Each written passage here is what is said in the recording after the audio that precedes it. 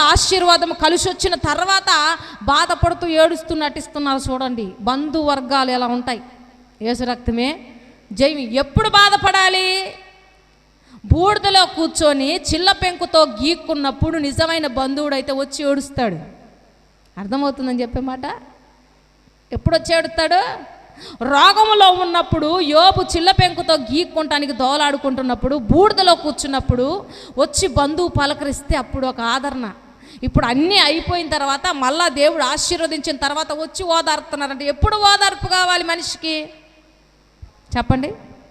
బాధలో ఉన్నప్పుడు ఓదార్పు కావాలి, దరిద్రతలో ఉన్నప్పుడు ఆదరించేవాళ్ళు కావాలి. అర్థమవుతుందా?